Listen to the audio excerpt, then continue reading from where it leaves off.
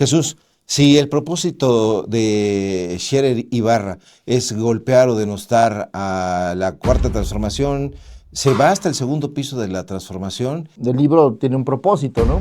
Descalificar el proyecto que encabezó Andrés Manuel López Obrador. Perdón, pero ni los tiempos corresponden y todo el mundo sabe, porque así es. Y utiliza unos ejemplos, publicó unos videos, incluso que hablan de otra cosa. ¿Quién está detrás de esto? ¿O es Scherer nada más? Que mencionan a funcionarios del gobierno mexicano. ¿Cuáles son los elementos? ¿En qué circunstancia? No hay nada. Digo, periodísticamente no hay ninguna consistencia. ¿Es una venganza, Jesús? Ni venganza ni perdón. ¿A qué se refiere? ¿Andrés Manuel? ¿Andrés Manuel? No lo sé. Habrá que preguntarle, ¿verdad? Pero además quieren promover el espectáculo de la lucha libre, de máscara contra cabellera, y a ver quién queda vivo. Público memorioso que nos ve, que nos escucha y que nos difiere con su preferencia, me da muchísimo gusto recibirlo hoy, como siempre, aquí, en la mesa de los datos duros. Vamos a arrancar una serie de conversaciones con varios personajes que son ejes de la comunicación en México y, si me apura, yo diría que en Latinoamérica y en el mundo. Hoy las redes sociales nos encargan justamente eso. Sin más rollo, sin más eufemismo, me da mucho gusto recibir hoy aquí a Jesús Ramírez Cuevas. ¿Cómo estás? Qué gusto que nos acompañes. Muy bien, Ricardo. Mucho gusto aquí en los datos duros. Sí, teníamos... No tengo otros datos, pero está bien. Sí, no, hombre, pues justamente de esos datos que tienes tú, hay otro personaje que tiene otros datos. Hay un personaje pues que... no tiene datos, lo que hay son prejuicios, una visión envilecida, pero datos no vimos muchos datos ahí. No, efectivamente, fíjate que tuve la oportunidad de leer este libro, vamos a llamarle así, no quisiera calificarlo de libelo, pero a lo mejor tú tienes otros datos justamente. ¿De qué va este libro, Jesús? ¿Qué es? En realidad se presenta como una especie de obra periodística, como una obra de la memoria, pero ¿qué es en realidad desde tu punto de vista? Bueno, el libro tiene un propósito, ¿no? Que es descalificar el proyecto que encabezó Andrés Manuel López Obrador, sobre la base de poner el énfasis en las formas, digamos, aprovechando la cercanía de una persona como Julio Scherer para describir a un personaje, pues, con rasgos negativos. ¿Tiene derecho a hacerlo? Por supuesto que sí, pues es su libertad de expresión, pero uno tiene que leer entre líneas para dónde va esto, ¿no? Entonces, y involucra a varios funcionarios de su gobierno, como a mí, pues acusándolos de corrupción, de tener tratos con la delincuencia organizada, de haber desviado dinero público, o sea, cosas que ni se puede probar porque ni es cierto. ¿No reconoces nada de eso? No reconozco, por supuesto que no, nada, absolutamente, ni la supuesta desvío de fondos de 27,000 millones de pesos que dice que del Instituto para Devolver al Pueblo lo Robado, que según esto se destina a los electricistas, yo lo usé para una campaña electoral de Clara Brugada. Entonces, perdón, pero ni los tiempos corresponden y todo el mundo sabe, porque así es, que una pensión que paga el gobierno federal a través de cualquiera de sus instituciones es individualizada, no se da una bolsa de dinero de papel como si fuera Carlos Ahumada y te la llevas. No, eso es una lista de personas y reciben cuenta bancaria y entonces el argumento se cae por sí solo. Pero si además le rascas, todo lo que está diciendo es pura mentira. O sea, puede ser debatible si es justo o no, ilegal y constitucional, resarcir un daño a un grupo de trabajadores despedido ilegalmente con un golpe a su empresa, que era una empresa pública, Luz y Fuerza del Centro, que dio Felipe Calderón en el 2009 y que despidió 44,000 trabajadores de manera ilegal, que usó la fuerza pública al ejército para desalojar y para amenazar con detener a los integrantes del SME, del Sindicato Mexicano de Electricistas. Y utiliza unos ejemplos. Ayer publicó unos videos, incluso que hablan de otra cosa, que critican las pensiones que dio Calderón, ¿no? Hasta de 1 millón de pesos para algunos funcionarios, que eran directores generales de Luz y Fuerza del Centro, y que dice que eso estaba mal. Evidentemente eso ya es ya se ha corregido en gran medida, pero ellos ponen, miren, hasta el gobierno de Claudia Sheinbaum está criticando el decreto que firmó Andrés Manuel de hacer justicia social a 7,000 o 8,000 electricistas que habían quedado fuera de las jubilaciones después de haber sido despedidos ilegalmente. Jesús, si el propósito de Scherer Ibarra es golpear o denostar a la Cuarta Transformación, se va hasta el segundo piso de la transformación e intenta barrer con el legado que dejó Andrés Manuel López Obrador y con algunos funcionarios, como tú bien apuntas, entre los cuales te encuentras. Pero es una campaña orquestada desde tu punto de vista por la revista Proceso, por Ricardo Salinas Pliego, que también formas parte de su Museo de Bestias Negras. ¿Quién está detrás de esto? ¿O es Scherer nada más? No sé, pero para todo fin práctico es una campaña bien orquestada, bien financiada, bien organizada, sí tiene estrategia. Y escogen, digamos que escogió el estratega, pues el escándalo, la nota roja, y lo más escandaloso que tiene ahí, pues es la supuesta acusación o el señalamiento de vínculos del gente de la Cuarta Transformación, del gobierno de Andrés Manuel y de hoy de Claudia Sheinbaum, con el huachicol fiscal. Que además, dicho sea de paso, la investigación del huachicol fiscal la hicimos nosotros, la hizo el gobierno de Andrés Manuel y la continuó Claudia Sheinbaum. Entonces, todo esto que se ha dicho, que más falta todavía parte de la investigación de la Fiscalía, lo de la Marina, todo eso son investigaciones de nosotros, del gobierno, para investigar y llegar a estas redes, ¿no? Entonces, evidentemente, todo esto que dice sobre los vínculos, las relaciones, el uso de dinero para campañas, pues no está probado, son puros dichos. Y luego dice, ya aparece Anabel Hernández, ¿no? Diciendo, no, pero hay unos expedientes que yo vi en Estados Unidos que mencionan a funcionarios del gobierno mexicano. ¿Cuáles son? ¿Cuáles son los elementos? ¿En qué circunstancia? No hay nada. Digo, periodísticamente no hay ninguna consistencia y ninguna prueba real. Son dichos. Los dichos de un señor que pues ha sido por lo menos señalado en muchas ocasiones por defender intereses empresariales y contrarios al interés público. Un caso muy claro es Aliática. Julio Scherer se encargó de que, o cabildeó dentro del gobierno, trabajó para que no se juzgara a OHL y después a Aliática, que es este fondo de inversión extranjero, por el caso del circuito bicentenario, del segundo piso que iba a llegar hasta Tepozotlán, que nunca llegó. Pero además no solo no llegó, sino que solo se hizo un carril, o sea, una vía. Iba a ser de ida y vuelta, iba a terminarse en el 2022, 2023, y si se acababa en el 2030, una vez terminado iba a haber unas tarifas para pagarlo. Pues las tarifas es que según se iban a cobrar en el 2030, se empezaron a cobrar en el 2021.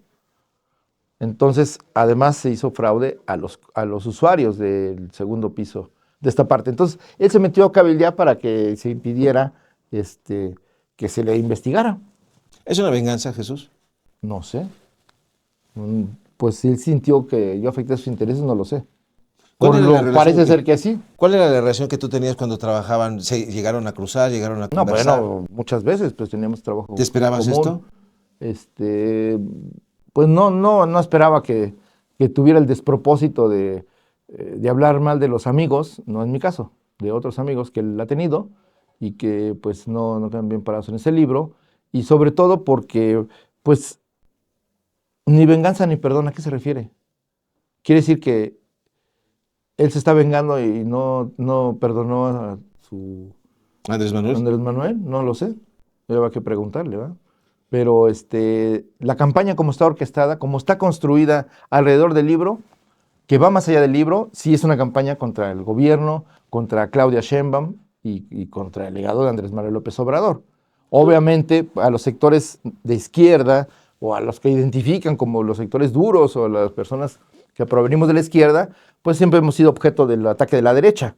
Entonces, aprovechando el viaje, pues quieren sacar raja del tema, pero además quieren promover, ellos quieren el espectáculo de como si fuera una lucha libre de máscara contra cabellera y a ver quién queda vivo. Pero como te digo, eso pensaban un jefe del Departamento de Estado a principios del siglo XX sobre México, que había que dejar a los mexicanos que se pelearan solos para después quedarse con el resto del territorio. Entonces, suena como que hay intereses más allá de las fronteras para esta idea de la polarización, del debate descarnado, la lucha por el poder, en fin, todo eso que están digamos, los agoreros, ahora sí que el desastre, están queriendo inocular aquí en el escenario nacional, ¿no? Como la derecha y la oposición es muy pequeñita, pues quieren promover, digamos, la división interna en el régimen, en el gobierno, para que desde ahí sea pues la implosión para que haya un cambio, ¿no? ¿Scherer formaría parte de la oposición? Pues eso que lo responda él.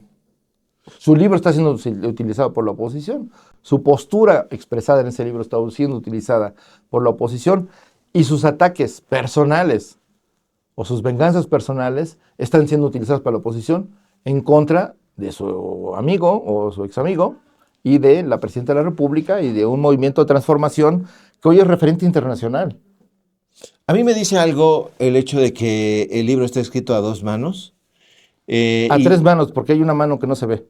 ¿Ah, sí? Sí. ¿Quién sería? No sé, porque aparece la voz de Julio supuestamente en la entrevista, pregunta-respuesta, luego aparecen unos recuadros extraños que no se sabe la autoría, si son reportajes de Jorge Fernández Menéndez, porque es como una tercera voz que está escrita en otro estilo, en unos recuadros grises, Sí. que es lo que es las supuestas revelaciones, ¿no?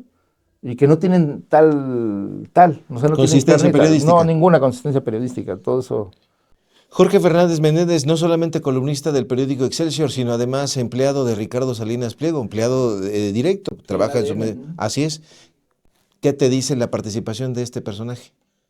Bueno, ahora es muy claro que su fin es formar un movimiento de ultraderecha, ¿no? Trompista, y que esa es su intención política, y que obviamente pues quiere proscribir o desterrar, o yo qué sé, a los comunistas de México, a los luchadores sociales de izquierda, a los zurdos, ¿cómo les llama?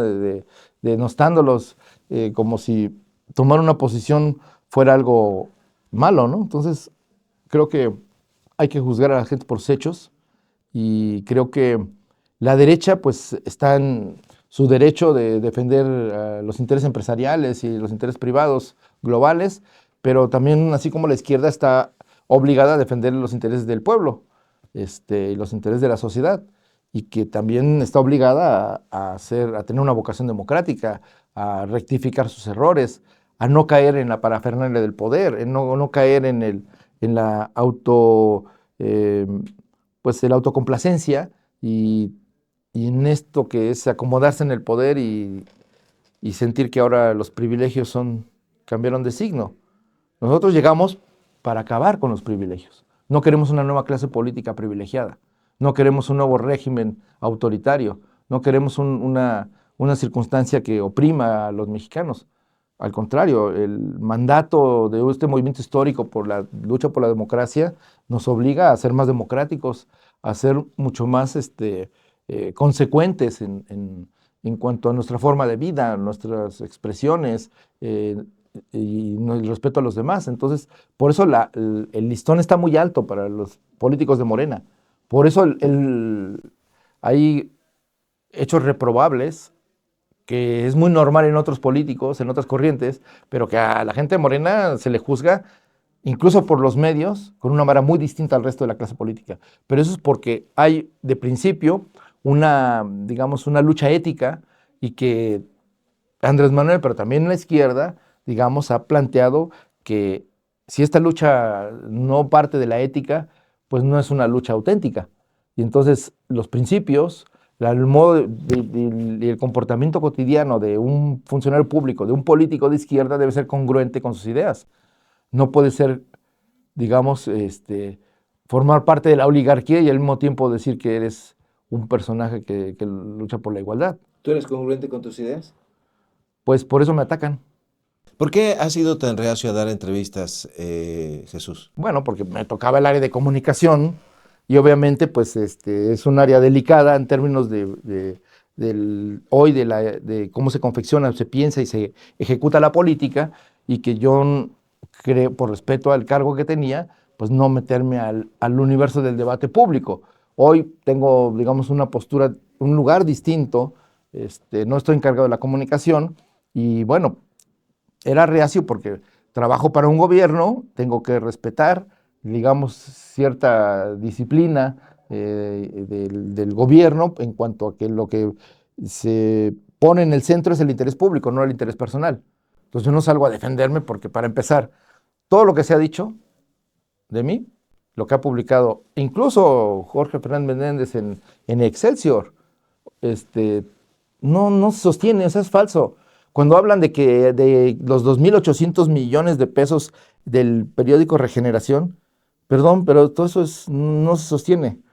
Para empezar, yo hice durante 8 años Regeneración. ¿Ya no estás ahí? No, no, desde que entré al gobierno yo dejé todas mis responsabilidades partidistas y periodísticas, porque pues no era compatible con el cargo. Pero eh, nunca me encargué de las finanzas de Regeneración. Yo hacía el periódico y hacía trabajo de la distribución y todo, La parte editorial. pero no hacía la parte de la impresión y eso, porque eso correspondía, digamos, al área financiera del movimiento. Entonces yo ahí nunca me metí. Y ahora, si hay una idea de que la imprenta que hacía el periódico hace otras tareas, otras labores, otros contratos, o no sé, pues eso que lo investiguen. Yo no tengo nada que ver ni con ningún taller mecánico, ni con ningún taller de imprentas, ni con ningún negocio. Es más, te pudiera decir que eh, yo nunca he manejado un presupuesto directamente. Sí tenía que ver con las políticas que determinaban estos presupuestos, pero ¿No nunca he autorizabas manejado, tú la pauta? no autorizaba la pauta, ni manejaba yo el dinero. Entonces, no podía ni usarlo para premiar a nadie, ni para castigar a otras gentes, ¿no? Hablando de eso, Jesús, aprovechando esta conversación que tienes con nosotros, he tenido en este mismo espacio a diferentes periodistas, diferentes voces, y les he preguntado si recibían alguna línea tuya, si tú les pedías que conocer las preguntas previamente, y todos han respondido que no. Sin embargo, hay voces, Ricardo Salinas Pliego y sus prosélitos, que sostienen que tú dabas línea, que pagabas el chayote a los periodistas. Se lo pregunté a Lord Molécula, se lo pregunté a varios personajes. Dijeron ellos que no. ¿Tú qué dices? Pues es que el gato cree que todos son de su condición. Y no, pues no es así. No somos como ellos. Él sí dicta la línea.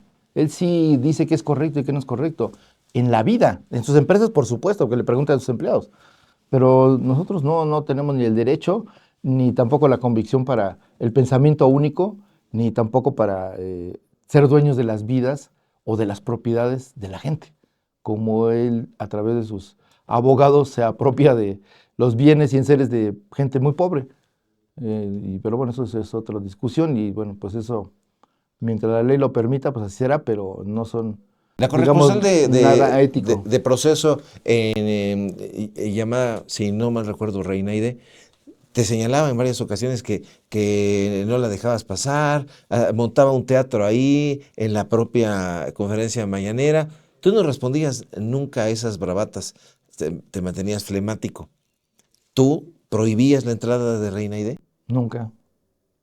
Es más, ella me demandó ante un juez y le demostramos que ella abusaba de la voz, la palabra, del tiempo, que tenía más tiempo que el resto de los periodistas cuando tomaba la palabra. E incluso así mes a mes, que ella podía en una sola intervención consumir lo que todos los demás periodistas usaban en un mes o más. Intenta seguir haciéndolo. No, claro, porque a ver, esa señora no escribe. Esa señora ni siquiera hace notas de video. Esa señora no hace notas de radio. No sabemos en qué medio escribe, no sabemos quién le paga, ¿Y por qué la acreditaban? porque se acreditó como periodista independiente, y bueno, pues ahí hasta los periodistas independientes pueden entrar a la mañanera. Había mucha amistad con Dalila Escobar y toda esta gente. Tú eres periodista, Jesús. Tú estuviste en Maciosare, Bueno, Dalila que llegó por un medio coahuilense, no nos olvidemos. y ya después transitó. Y muy raro que siempre estaba ahí, y de Coahuila. O sea, como luego los del norte les gusta mucho la mañanera, pero pues no es muy caro estar todo el tiempo aquí, ¿no? Sí, sin duda. A lo mejor tenía recursos distintos. Jesús, tú conoces bien el periodismo, has sido documentalista, trabajaste en La Jornada, en Maciosare, conociste evidentemente la revista Proceso, fundada y conducida por Julio Scherer García, digamos un ícono con sus claroscuros del periodismo, pero ¿te imaginaste en algún momento ver caer así a una revista que tuvo entre sus huestes a Federico Campbell, a Vicente Leñero, incluso al padre Maza, a Froilán López Narváez, en fin, todas estas plumas? ¿Te imaginaste que iba a llegar el momento en que Proceso se iba a convertir en esto que hoy estamos viendo? José Emilio Pacheco, no lo dejes, José Emilio, que es una de las secciones más emblemáticas del periodismo mexicano en Proceso, el inventario. inventario. Pues mira, no sé, nunca me imaginé que este derrumbe, digamos, del periodismo impreso, ¿no? Del fin de los periódicos como los conocíamos y de las revistas impresas y este fenómeno de la digitalización de la información, que ese es el principal efecto de los medios tradicionales, de incluso radio y televisión, ¿no? Entonces, nunca me imaginé, claro que tampoco me imaginé la autodegradación. Es decir, cuando ya un proyecto empieza a actuar contra el origen de su propio proyecto. Entonces, pues eso ocurre cuando pues se pierde el rumbo de para qué surgió Proceso. Proceso surgió como un periodismo crítico del poder, pero de todos los poderes, no nada más del poder público o gubernamental de turno. Entonces, don Julio tenía el privilegio de ser el testigo de todos los acontecimientos nacionales y Proceso de ser una de las periodistas o revistas de periodismo de investigación más importantes del mundo y que llevó a cabo investigaciones muy, muy fuertes en relación a México, de todo tema.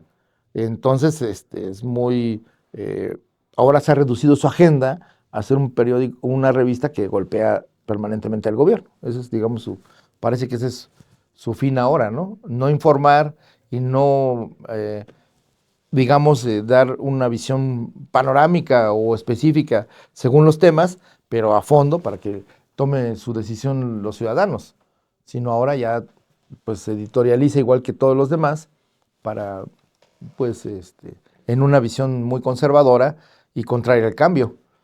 Pero digamos no hace un periodismo para conocer a fondo los problemas y un debate sobre las posibles soluciones, incluso poniendo en cuestión si la solución que propone el gobierno es la adecuada o no.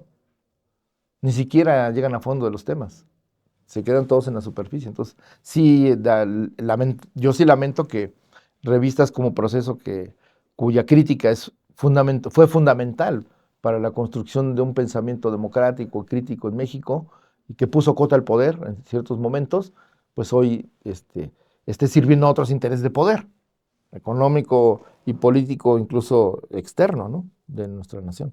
¿Dónde se está haciendo el periodismo, Jesús, actualmente? ¿Dónde se está haciendo periodismo? En las redes, curiosamente, están haciendo una forma de periodismo amateur en muchos casos, falta profesionalización, pero vemos ejemplos notables en Twitter, pero sobre todo en TikTok, ¿no? Ahora en Instagram, pero sobre todo que la gran plataforma novedosa y que por sus formas en las que se realizan los productos, como la dinámica en la que se consume, pues es TikTok, ¿no? Entonces, estamos viendo ahí unos fenómenos de comunicación interesantes, de gente que pues ha puesto, o que hemos descubierto su talento, ¿no? Gente que tiene una facilidad de comunicación, que eran maestros, o que eran taxistas, o jóvenes estudiantes, o hasta, te diría, amas de casa, desde las comunidades indígenas, comunicando su cultura, su orgullo de mostrar su vida como es, cómo son las recetas que aprendió de su abuela. Y entonces ese es otro tipo de periodismo, porque es como cómo se vive en una comunidad. Y eso se consume, pero no tienes idea, de cientos de miles de likes. Yo creo que en Estados Unidos hay gente que le interesa mucho la vida de las comunidades. Entonces, hay un tipo de comunicación con públicos específicos que muy rico, muy interesante. Yo creo que hay que ir a la profesionalización, a mejorar el uso de las tecnologías y de las técnicas periodísticas y de las narrativas, pues para que ese periodismo se enriquezca. Pero la verdad es que hay unas cosas interesantísimas a nivel cultural, a nivel político, a nivel sociológico, ¿no? Del análisis de los nuevos fenómenos, y reportajes y gente empeñada en investigar y revelar cosas que los medios tradicionales ya no tienen la fuerza ni el interés de documentar. ¿Vas a volver a hacer periodismo, Jesús, en algún momento? Pues sí, me gusta el periodismo, soy periodista y sigo pensando que el periodismo tiene mucho que aportar, y más hoy en día que la comunicación se ha convertido como en el centro de la acción social, política y económica. Entonces, el periodismo, que es el manejo profesional de la información y con una riqueza de géneros y de capacidades, de formas de expresión, de narrativas, de estilos, creo que es fundamental para la sociedad del futuro. A menos periodismo, pues mayor dogma, mayor ignorancia. Y yo estoy en contra de las consignas.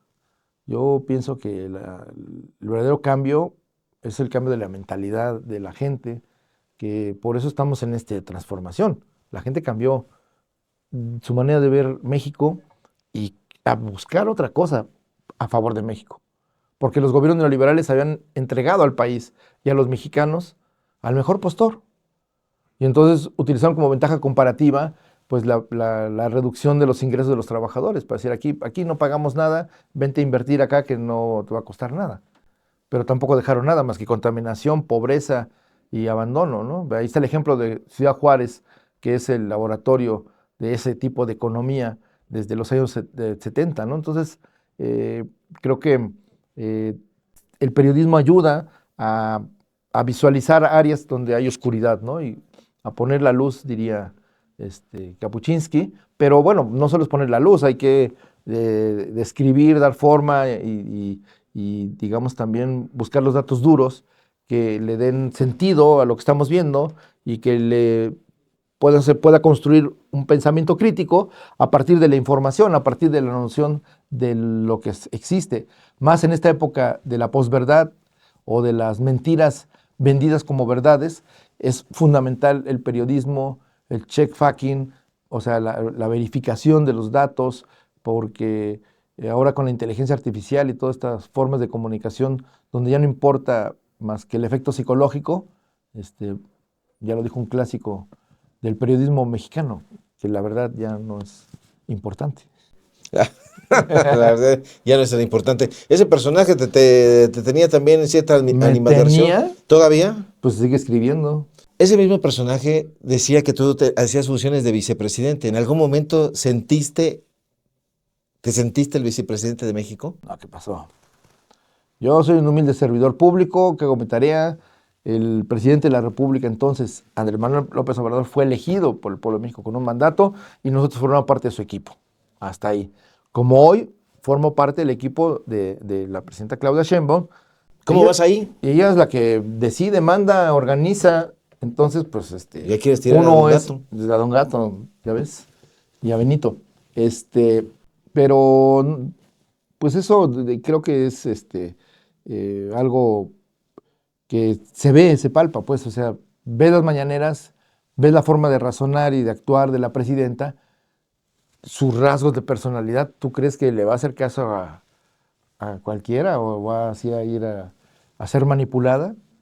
Si, digamos, ha destacado en el mundo precisamente por su, digamos, cierta capacidad de tomar distancia de los momentos difíciles, esa cabeza fría, para tomar decisiones, digamos, más razonadas, más pensadas. Una persona así, pues, es difícil de manipular, ¿no? Cuando tú ves las conferencias presidenciales mañaneras y recuerdas que estabas ahí llevando la comunicación, que estabas de pie todas las mañanas, ¿sientes nostalgia? No, ninguna, no. Mucha gente piensa que esto del servicio público es un privilegio, un gozo, y uno se la pasa no sé, en la alberca no sé, como si fuera Rubén Figueroa gobernando desde la alberca como si fuera emperador romano. No, todo lo contrario. El servicio público en la cuarta transformación es levantarse a las 4 de la mañana. Hoy todavía me levanto a las 4 de la mañana para ir al gabinete de seguridad y para atender los temas a lo largo del día. Entonces, no tengo vida privada. No disfruto no tengo tiempo libre. Pues no tengo vida. ¿No eres millonario? Estoy dedicado al servicio público. Mis únicos ingresos es mi salario y a partir de ahí es donde yo puedo tener algún horizonte, pero no tengo otra actividad y por supuesto que veto a la andanada. O sea, ¿qué van a pensar mis amigos, mi familia, todo eso, de todo eso que están diciendo de mí? Afortunadamente la gente que me conoce sabe que cómo pienso, cómo he actuado a lo largo de mi vida. Entonces sabe que no vine aquí a enriquecerme al gobierno, yo vine a cumplir un anhelo del pueblo mexicano y a hacer lo posible junto con millones de personas, que es tener un país democrático, justo y libre. Y eso no es un punto de llegada, es un punto de partida para construir un nuevo país. Entonces esta tarea no termina. Entonces mi mensaje es hacia mí mismo, pero también hacia la gente, es que la tarea de la transformación es permanente. Y no puede detenerse, porque el día que se detenga, entonces va a empezar a pasarle lo que le ha pasado a otros procesos de cambio, que terminan revirtiéndose, o terminan nosificándose, o institucionalizándose, corrompiéndose.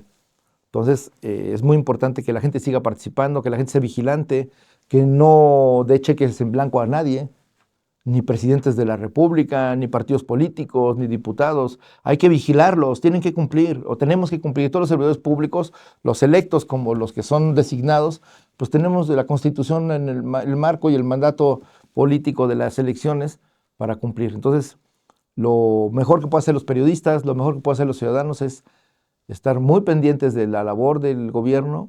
Para eso sirven las conferencias mañaneras. Ese es un cambio fundamental en la cultura política nacional. Hoy las personas saben cuáles son los problemas del país y tienen elementos para analizarlo, para tener un punto de vista. Tienen información y contrainformación, porque los medios se encargan de dar la otra versión. Entonces, pero es por primera vez que se les consideró sujetos y no objetos de la política pública. Entonces, todo eso obliga a que los funcionarios públicos tengamos que tener más ética, más compromiso y sobre todo, pues, más congruencia, ¿no? ¿Cómo ves las siguientes elecciones? No, todavía están muy lejos. ¿Sí? Todavía les falta, sí. Pues ya hay gente que dice que sí se anima cierta esposa, ya hasta le alzó la mano a la señora Ruth ahí, cierto personaje de cabellera rubia. Entonces, pues no parecen tan lejanas, parece que hay gente que Hay unos que tienen apuro, eso sí, Sí. por garantizar o por amarrar su candidatura. Eso, pues, puede ser con natural un deseo personal. Pero los tiempos políticos, pues, ya están en otro lado, ¿no? Todavía falta. En Zacatecas ya también parece que tienen urgencia. Pues, tienen urgencia, sí, pero, pues, a ver qué dicen los zacatecanos, ¿no? A ver, que le pregunten, va a estar bueno. Jesús Ramírez Cuevas, ¿qué estás leyendo? Porque pocas veces se habla contigo de literatura y sabemos que eres un lector asaz. ¿Qué estás leyendo? Pues mira, Además de Julio Scherer. No, qué horror. No, bueno, leo de manera simultánea varias cosas al mismo tiempo. Estoy leyendo un testimonio sobre la lucha de los Mohawks de los Sioux en Estados Unidos, de este momento, porque me interesa mucho la comparación histórica, ¿no? De los procesos en América, en el conjunto del continente. Y eso fue porque a partir de reflexión, de una frase de Donald Trump sobre los indios Mohawks de Canadá, diciendo, ustedes son los mexicanos de las nieves, ¿no? O sea, ustedes ya los tenemos bien ubicados. Entonces dije, bueno, si los que llegaron migrando ven que hay una unidad cultural o hay algo, una matriz, o no solo el color de la piel, hay también una historia común. Y entonces, por ejemplo, me interesa mucho estos momentos simultáneos y a qué me ha llevado y por qué me interesan los Sioux. Porque Toro Sentado fue asesinado después de que él se negó a firmar la venta o la entrega de las Black Hills, que son unas colinas sagradas donde encontraron oro y siguen explotando oro. 100 años después o más, siguen explotando oro. Y al no firmar ese acuerdo con el gobierno de Estados Unidos, le permitió a su pueblo seguir peleando por esas tierras y por ese lugar sagrado. Muy parecido en la época a lo que hizo Juárez, de no aceptar la entrada de un imperio, ni aceptar a Maximiliano. Y ese ejemplo le permitió al pueblo mexicano luchar por su soberanía. Y sucede al mismo tiempo, y es un indígena en el poder en México, y es un indígena luchando en Estados Unidos por la sobrevivencia de su pueblo. Entonces, ¿cómo en la historia se encuentra? Entonces estoy leyendo una historia sobre la lucha contra los gasoductos, que por cierto está promoviendo Donald Trump, en Standing Rock, en zona. Entonces, y estoy leyendo la cartilla socialista de Plotino Rodacanati, que acabo de encontrar en una librería, muy interesante, porque Plotino Rodacanati trajo el pensamiento libertario a México, el anarquismo, y creó una generación de luchadores sociales que crearon sindicatos, que encabezaron rebeliones indígenas, que crearon la primera comuna en el mundo. La comuna de Chalco se adelantó de la comuna de París en 1868 y que fue aplastada por Juárez. Tiene esa paradoja, ¿no? Okay. Pero un indígena, Julio López Chávez, encabeza en Chalco y crea una comuna. Y pues digamos, donde se socializa la tierra bajo la visión indígena, pero con una justificación de las ideas anarquistas. Entonces, es muy interesante este Rodacanati, porque es, digamos, el ideólogo de esas rebeliones de los finales del siglo XIX y de los principios del sindicalismo mexicano. Entonces, es interesante. Su cartilla social es un anarquista cristiano, entonces también otro puente comunicante entre el cristianismo, digamos, social, no la doctrina social de la iglesia, sino el cristianismo que con los valores cristianos ha hecho actividad política, aquí la teología de la liberación en América Latina, y muchos cristianos que han, digamos, creído que los principios de la igualdad y demás, pues los han llevado a ser luchadores sociales, ¿no? Entonces, por eso me interesan esos temas. La historia me interesa mucho y me interesan los vasos comunicantes entre pueblos, las culturas. Y estaba revisando una historia de Colombia, porque ahora vienen las elecciones en Colombia, y de este momento especial que significa el gobierno de Petro, que es la primera vez, al igual que México, donde gobierna la izquierda. Después de 200 años, por primera vez gobierna la izquierda en Colombia, como es en México. Claro, con una diferencia abismal, que México tiene una historia de resistencia popular muy grande y que la lucha por la independencia y la soberanía está ligada a la soberanía popular, a los derechos del pueblo, a la lucha por la igualdad y la justicia social. Entonces aquí la historia nacional está ligada a las banderas históricas de la izquierda. Por eso no las pueden desarraigar. Pues muy interesante. ¿Sigues dándole a la literatura o ya no? Pues sí, sigo escribiendo y estoy haciendo un libro sobre el movimiento y un poco un capítulo grande que a lo mejor se convierte en libro sobre las mañaneras. Ok, muy interesante. Sí, porque cambió el modelo de comunicación, ¿no? Luego hablaremos de ello. Pues cuando gustes venir aquí a la mesa de los datos duros, ya te habías tardado, Jesús. Ya te habías tardado, ¿eh? No me des la evasiva. Yo te voy a comprometer a que vengas aquí a platicar con nosotros porque tienes mucho que decir, Jesús, mucho que aportar desde el punto de vista intelectual, desde el punto de vista periodístico. Tienes una larga trayectoria, nos conocemos desde hace tiempo y bueno, pues yo te agradezco mucho estos minutos que los has obsequiado aquí al público memorioso, como yo le llamo. Muchas gracias. Gracias a ti. Saludos. Público memorioso que nos vio, que nos escuchó y que nos definió con su presencia. Suscríbase, porque como ya dijo Jesús Ramírez Cuevas, el periodismo se está haciendo en las redes sociales. No lo estamos haciendo nosotros, unos cuantos, lo está haciendo usted. Así que compártanos, mándele este episodio a Julio Scherer Ibarra, que seguramente lo va a querer ver, y nos vemos la próxima aquí, en Los Datos Duros.